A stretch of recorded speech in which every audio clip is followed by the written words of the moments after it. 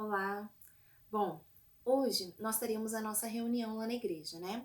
Mas por conta do isolamento social, nós não estamos podendo nos encontrar pessoalmente. Mas não é por causa disso que nós vamos deixar de ter um estudo da palavra de Deus. Para isso, eu trouxe uma meditação breve na palavra de Deus, em alguns versículos que Deus tem falado muito ao meu coração desde que começou toda a quarentena. Bom, esses versículos eles se encontram lá em Lamentações. Antes da gente ler esses versículos, eu queria que a gente pensasse um pouquinho sobre o acontecimento histórico desses versículos, tá bem? Bom, esses versículos provavelmente foram escritos por Jeremias e ele profetizou, ele era um profeta, né, no Antigo Testamento, e ele profetizou muitos juízos, né, para o povo de Israel, dizendo que muitas coisas iriam acontecer e dentro dessas coisas era que Jerusalém seria sitiada e seria destruída. Bom, ele vivenciou não só esse período em que a profecia foi dita, né, porque foi dita por ele, mas também presenciou o Império Babilônico vindo até Jerusalém e fazendo exatamente aquilo que ele tinha profetizado, né? Destruindo a cidade e levando muitos deles cativos mesmo, né, como escravos para a Babilônia. Bom, em meio a tudo isso, foi escrito então esses versículos que eu quero ler com vocês. Está lá em Lamentações 3, de 21 a 25, que eu vou ler. Se você quiser ler aí também, acompanhar com a sua Bíblia, mas de qualquer forma eu vou ler aqui também. A versão que eu vou ler, ela está na King James. Diz assim: Contudo, quero lembrar do que pode me dar esperança. A bondade do Senhor é a razão de não sermos consumidos, porque suas misericórdias não têm fim. Renovam-se plenamente a cada manhã.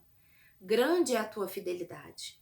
Sendo assim, digo a mim mesmo: a minha porção é o Senhor, portanto, nele depositarei toda a minha esperança. Eis que o Senhor é bom e misericordioso para com todos aqueles que nele esperam confiantes, para com aqueles que o buscam. Então, olha só, né? Em meio a tanta tristeza que o próprio profeta estava vivendo, ele disse justamente isso: quero trazer à memória aquilo que me dá esperança. E é isso que eu quero que a gente traga também. Que a gente traga à memória aquilo que pode nos trazer esperança.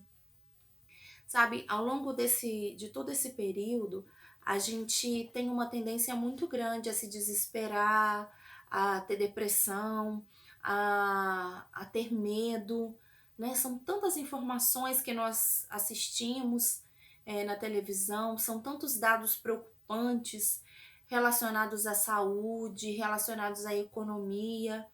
Tanta coisa pode tirar a nossa paz. Mas eu quero te desafiar hoje, a partir de hoje, né? Esse desafio ele vai durar para sempre. Não vai ser só para hoje, né? Eu quero te desafiar que a partir de hoje você tente trazer à memória aquilo que pode te dar esperança. Sabe? É importante a gente ter informações. É importante sermos pessoas bem informadas no que está acontecendo no mundo. Mas é importante a gente cuidar do nosso coração também.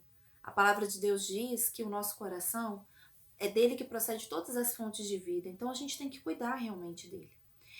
E eu queria te desafiar a trazer aquilo que pode te dar esperança. O que pode te dar esperança?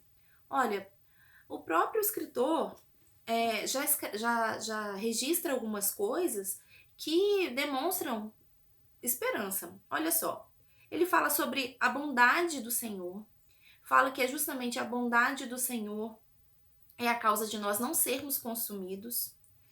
Fala que as suas misericórdias se renovam a cada manhã. Fala que grande é a fidelidade do Senhor. E fala que por causa disso nós podemos esperar nele, né? Porque nós podemos confiar nesse Deus tão maravilhoso. Gente, quando a gente lê esses versículos, isso tem que nos trazer esperança. Isso tem que nos trazer esperança porque está falando do nosso Deus. O nosso Deus, ele é real. Ele não é algo inventado por aí. Ele é o Deus vivo. A palavra de Deus está repleta de Deus. A palavra de Deus é a revelação dele. Então nós temos que gastar tempo lendo, mas não lendo a palavra de Deus como, terminei um livro, terminei outra leitura, vamos passando. Não. A gente tem que parar para ler a palavra de Deus como quem quer conhecer a Deus e não simplesmente os fatos escritos na Bíblia, mas conhecer o autor da palavra. E na palavra de Deus a gente vê tantas informações sobre Deus, tanta coisa que nos faz ter esperança no Senhor, que faz com que a gente conheça Ele melhor. Bom, daí veio uma segunda coisa na minha mente quando tudo isso começou. Sabe, antes, esses versículos eles me trouxeram tanta paz realmente e até um cuidado com a minha própria saúde mental. Nenhum de nós está livre de passar por todas essas aflições na mente, né? E isso tudo realmente me fez pensar na palavra de Deus e nas promessas que Ele tem na palavra dele. Uma das coisas que me veio na mente após esse versículo foi a passagem em que os israelitas foram libertos da escravidão no Egito. Lá naquela passagem, né, logo no começo, só para a gente recordar um pouquinho rapidamente a história, né, eles tinham sido ficado como escravos então no Egito por 400 anos. E aí um dia então Deus decidiu que iria libertar o povo dele. E aí ele fala para Moisés, né, ele encontra Moisés, que foi quem ele escolheu para ser o libertador do povo, para ser um instrumento, né? Quem libertou o povo foi Deus, mas Moisés foi um instrumento usado por Deus para libertar o povo. E aí ele diz assim para Moisés: certamente, está lá em Êxodo 3, versículo 7. Certamente tenho observado a opressão e a miséria sobre o meu povo no Egito. Tenho ouvido o seu clamor por causa dos seus feitores, e sei o quanto estão padecendo. Por esse motivo, desci a fim de livrá-los da mão dos egípcios. Então, olha só, nessa passagem a gente vê que Deus, ele é um Deus que nos ouve. Ele é um Deus que sabe de tudo que nós estamos passando, né? Deus sabia o que os israelitas estavam passando naquela época. E Deus sabe o que nós estamos passando hoje. Sabe que essa situação que nós estamos vivendo não é uma situação fácil. Mas sabe, a gente pensar em como Deus age na vida da humanidade ao longo da história também pode nos trazer esperança. Então, eu pensei nisso.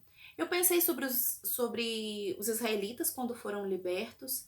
Eu pensei também no grande ciclo, lá em Juízes falava, né, que o povo pecava, um ciclo grande, né, que se repetiu muitas vezes. Falava que o povo pecava, então Deus trazia um juízo sobre o povo e muitas vezes eles se tornavam escravos de outros povos. E aí, porque eles se tornavam escravos desse povo, o povo ia, clamava a Deus e Deus ia e mandava um juiz que trazia a libertação. Passava um tempo, enquanto esse juiz estava vivo, o povo continuava obedecendo a Deus. Esse juiz morria, pouco tempo depois, o povo estava novamente desobedecendo as leis do Senhor, fazendo o que desagradava a Deus. Deus mandava um juízo para o povo. O povo, ao longo do juízo, nesse período do juízo, clamava a Deus e Deus ouvia suas orações, enviava um juiz que libertava o povo e assim ia, né? Foi um ciclo durante muitos anos. Isso me faz ver que, olha, Deus ouve as nossas orações, né? E isso me dá esperança. Isso não tem como não me dar esperança. Saber que é um Deus que me ouve e que sabe de tudo que eu tô passando. Bom, além disso, me veio também várias situações sobre a vida de Davi, né? Sobre como Deus cuidou da vida de Davi muitas vezes,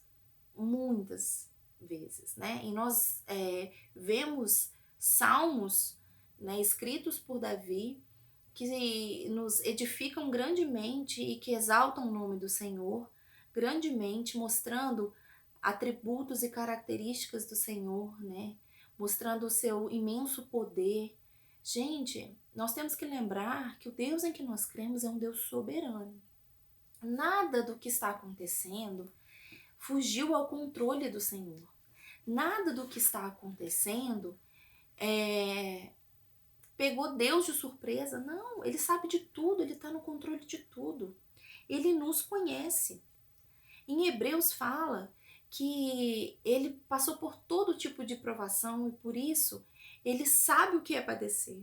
Gente, nós não temos um sumo sacerdote, né, que não tenha passado por todo tipo de aflição. Ele conhece o sofrimento. Quando nós oramos a Deus e pedimos a Deus para nos ajudar a passar por situações difíceis, para nos acalmar o coração, ele sabe o que a gente está passando, porque o próprio Senhor Jesus passou por todo tipo de sofrimento. E ainda mais, né? Porque ele levou sobre ele os nossos pecados. Nós, pela graça e misericórdia de Deus, jamais não vamos sentir o peso do juízo eterno sobre nós, porque Cristo levou sobre si os nossos pecados na cruz. Então, quando nós nos aproximamos de Deus, orando a Deus, clamando a Ele, Ele sabe o que nós estamos passando e Ele nos ouve, sabe? Esse é um momento em que eu quero que, de fato, vocês pensem e trabalhem a mente de vocês, leiam a palavra de Deus e permita que na mente de vocês venha aquilo que pode te trazer esperança. O Senhor Deus é um Deus todo-poderoso. Então, não somente creia por saber, de tanto ouvir, mas creia e deixa que essa fé faça diferença na sua vida, sabe? Uma vez eu li em algum devocional ou livro que dizia o seguinte: é para esse momento que eu tenho Jesus. Sabe, nós temos Jesus no nosso coração, na nossa vida, por vários momentos. Não só para nos livrar do inferno, mas para nós termos um relacionamento com o Senhor, que é o principal. E nós temos Jesus também para nos ajudar a passar pelos momentos de dificuldade. Então vamos usufruir desse relacionamento maravilhoso que Jesus conquistou para nós na cruz. E vamos descansar nele. Descansar não é algo fácil. Por isso que nós temos que trazer à memória sempre aquilo que pode nos dar esperança. Esse é o meu desafio para vocês, a minha breve meditação, que de fato vocês possam deixar que Deus traga à memória aquilo que pode nos dar esperança em todo esse momento difícil que nós estamos vivendo, né? De acordo com a palavra de Deus, gente, esse não é o fim, não é assim que o mundo termina, não é assim que acaba, né? Não são essas as orientações da palavra de Deus.